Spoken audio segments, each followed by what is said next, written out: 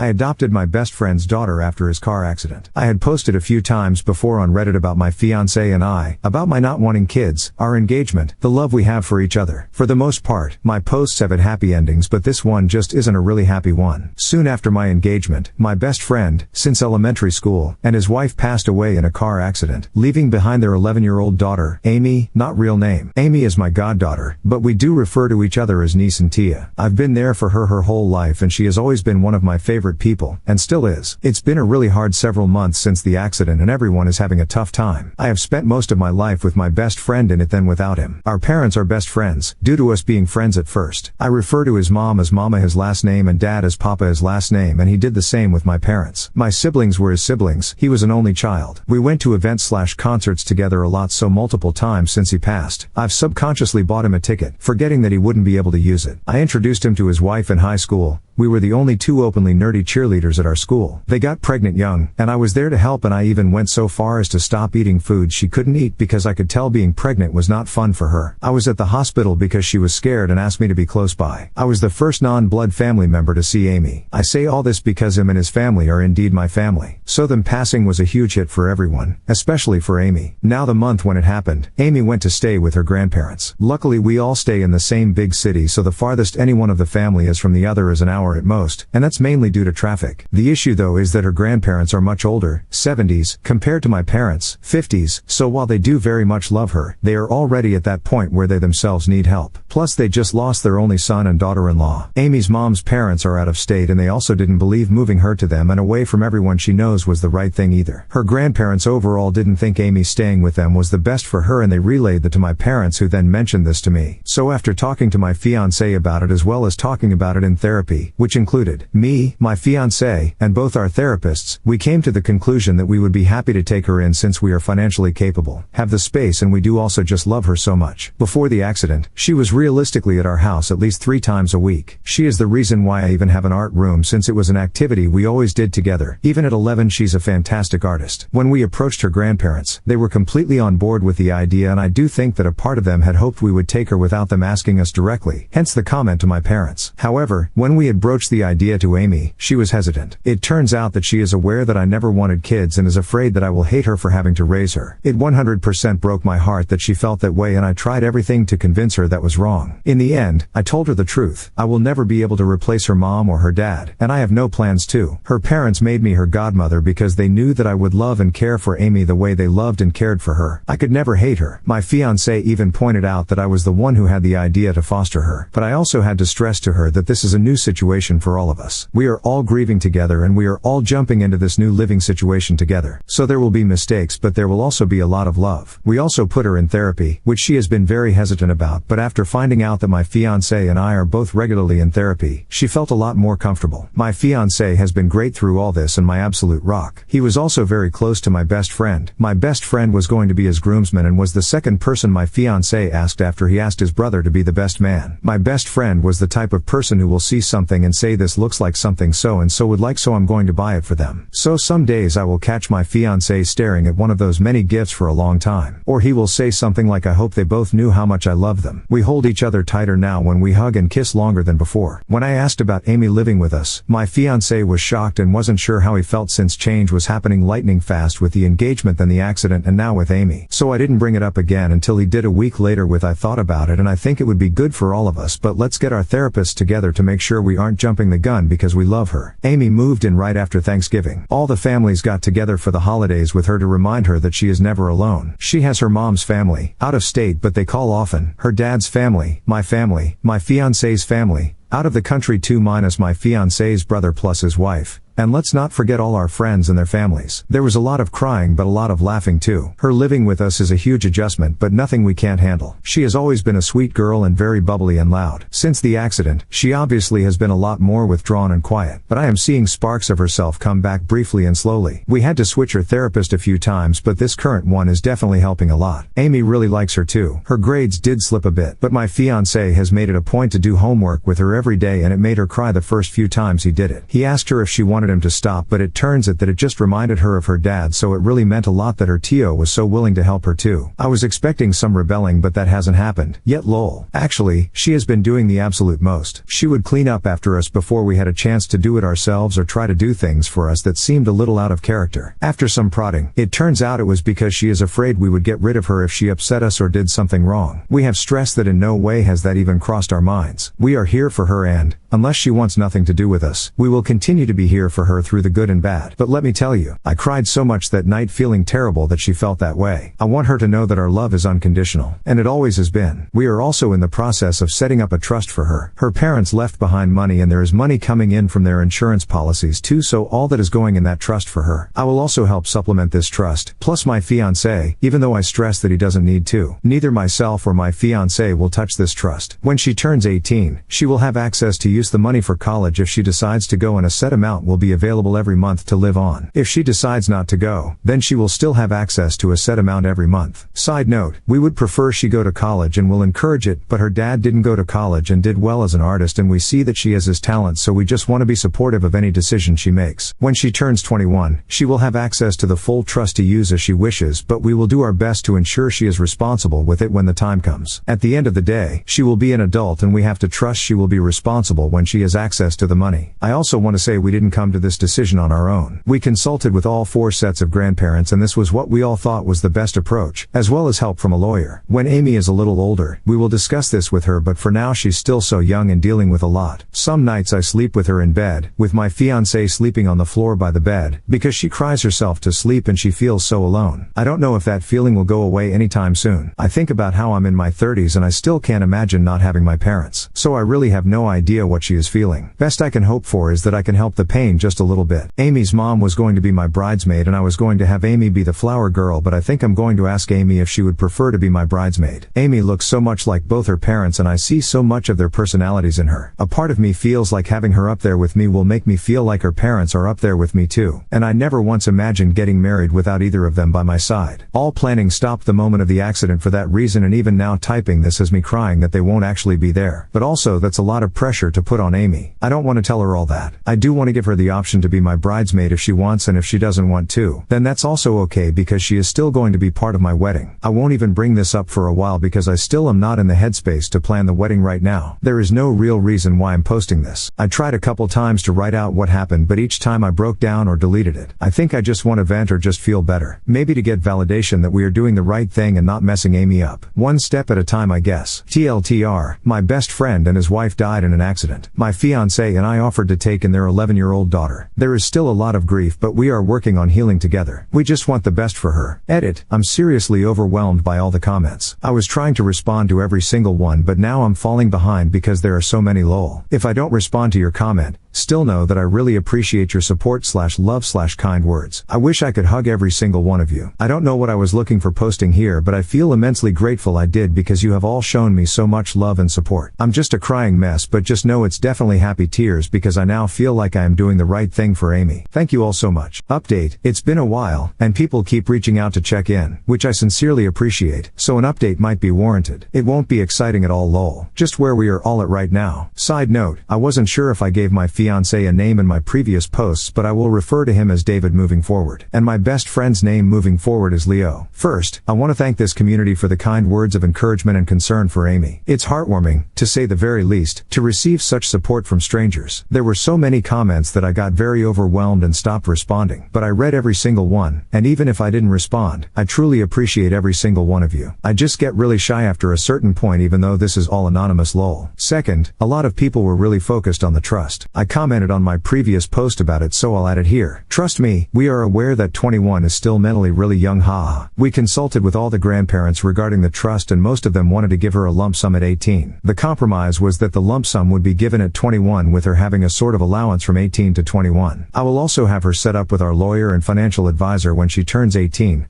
plus myself plus fiancé will always do our best to guide her. But she will be an adult at that point, so all we can do is give her all the tools to help make the best decisions for herself when the time comes. We can always change the rules of the trust if need be, but that is something that will be decided as a family. Right now, we are happy with where we landed. Now on to the update. David is my husband now. One night, we were talking and we just didn't feel comfortable having the wedding this year, but we also didn't want to wait to be married. Life is short. So we went to the courthouse with Amy to make it official. We will be having the wedding next year to make it official lol. We are all still in therapy, both individual and family. We are also in a support group for children who have lost parents, and Amy seems to be doing really well in. Amy is now 12. It was her first birthday without her parents, so I wish I could say it was an extremely happy occasion. This year has been a lot of firsts without them, and we will continue to have a lot of firsts without them. But she swears that despite crying a lot of the day, understandably, she wouldn't have been able to plan the day better herself. So a bittersweet success. Special mention, Amy has a best friend of 5/6 years, Monica, who I've known since she was 7. Monica is lovely. She's a bit sarcastic, which I find hilarious, and is a kind soul. According to Amy, she tried to distance herself from Monica because she felt like she was too sad to be around and didn't want to be a burden. Monica bussed herself over to our house and basically told Amy to knock it out and that she decides when Amy is too much, which will apparently never happen because Amy is her favorite person. I was always team Monica, but that day solidified the fact that I would ride at dawn for her. We ended up getting Amy 2 rabbits as well. Why rabbits, you ask? Well, her parents' nickname for her was Bunny, and we were already planning on getting some kind of animal companion, so we landed on bunnies. Plus, our state has an overwhelming number of rabbits, and most get euthanized due to overpopulation, so they need all the love they can get. Why too? Bunnies are social creatures and are happiest being raised with another rabbit. Amy is obsessed with paint and chalk, haha. After showing her the ropes and doing her own research, she has completely taken over any and all care for them, despite us offering several times. She even has a space in the fridge labeled buns for the fresh greens that she cuts up every morning to give them. She decorated an area in her room for them cause they will be in her room at night, but they are allowed to venture around the house during the day, after we spent a full day bunny proofing. Amy's been very happy with them, and Paint even sleeps on the bed with her now, with Chalk only sometimes sleeping with her. It also means we are no longer sleeping in her room with her, and only a handful of times has she crawled into bed with us, like on Mother's Day and Father's Day. We are leaving for a trip to Europe/Asia next week. David and I love to travel, but I actually start to get irritable when I don't travel for a while. David jokes that I always need my fix lol. It's a 3-week trip starting in Poland to spend time with David's family for a week and then to Asia from there. The plan was for Amy to be with us for the full 3 weeks, but she really pushed back, and we were confused about that. She only wants to go for the first week in Poland to meet David's family. Side note, his family adore her and has planned a "you're stuck with us forever" party for her. Whenever we asked about the rest of the trip, she said she didn't want to go and that we should go without her. If she didn't want to do something, we get it and don't want to force her. Understanding the why was tough for me. Does she not like traveling? No, she enjoys it. Is she afraid? No, she likes flying and thinks it's cool to see new places. Is it too much time away from home? No, she's cool with long trips. So why doesn't she want to go? She just doesn't. In family therapy, the trip came up. Finally, her reason for not wanting to join us on the rest of the trip came up. She feels like David and I are prioritizing her too much and taking her feelings into account more than we should. She feels like we aren't prioritizing our relationship or even our other friends/family. She feels like she's preventing us from doing stuff because we keep thinking about her first. I want to make this very clear. While David and I are prioritizing her more and 100% take her feelings into account when we plan things, we still very much prioritize each other. We have a date night every week. If we do cancel, we make up for it. Our date nights did stop for a few months after Amy moved in with us, but that was just because we needed to adjust. She spends the night at Monica's every week, and that's usually when we do date night, and we do the same for Monica's mom every week. We also go to the gym together every morning. I'm not a morning person, but I am for David, and we communicate throughout the day. But she made a very good point about our friends and other family. It's been hard to balance a kid in the mix, and we have been a little neglectful. Sure, our closest friends/family usually just come over to our house and aren't shy about being themselves around Amy, but there are events that we have missed by prioritizing Amy. I'm not saying that we made the wrong choice, but she highlighted that we need to start taking care of our other relationships now that she feels safer with us. Amy really is the greatest kid. Even though it hasn't been a full year since they have passed, she has changed so much. I wish she didn't have to grow up as fast as she did, and I hope we can preserve some of her childhood, but I know her parents would be so proud of her. I'm so damn proud of her. We tell her all the time, but I really don't think she grasps just how proud we all are of her. Anyways, haha, we still stressed we would love to have her on the trip with us, but she said we should have that time for ourselves. So we decided to leave this trip as is. My parents will come with us for that first week in Poland, and they will fly back home with Amy with her floating between all the grandparents while David and I are traveling. We will video call her every day to check in. We are already making more of an effort with our friends and family. Amy is also spending more nights with her many grandparents, which she has been loving because I'm really lucky that I have 4 nanas and 4 papas. David is absolutely killing the parent role too. He has been more hands-on with Amy's schooling. He's the one who has been handling teacher/school stuff and pickups. I do drop-offs. He has the contact information and has made better connections with the other parents of all the kids in her class, plus all her friends' parents. He's been joking about joining the school's version of the PTA, but I don't think he's joking lol. He's definitely the extrovert of the two of us, so it isn't surprising. I could probably go on for pages and pages about David just being the absolute best, but I already feel like this update is super long, haha. I don't know how I would have done any of this without his love and support. While neither one of us is perfect, we are perfect for each other. It's honestly crazy to me that I can still love him more and more each day. Like, how is that actually even physically possible to love someone this much? Is this even healthy? I digress lol. I think I'm doing okay. Just like Amy is dealing with a lot of firsts without her parents, so am I. At first I didn't think it was fair for me to even grieve since Amy's situation is just on a whole other level than my own. But my therapist had to remind me not to compare my grief with hers because it is just different. I sometimes imagine what my conversation with Leo would have been like if I told him I'm adopting this 11-12-year-old girl because her parents were my closest friends. He always understood why I didn't want kids, and he was so supportive about it when others disregarded my feelings. I wonder if he would have talked me out of it or if he would have encouraged me to do it. He 100% would have been part of the village of people supporting me whether he agreed with my decision or not. I just wish I knew what his thoughts would be about this woo thing. Sigh. I miss them both so damn much. But I'm also really lucky to have David and Amy. I don't know who said it, but they said it best.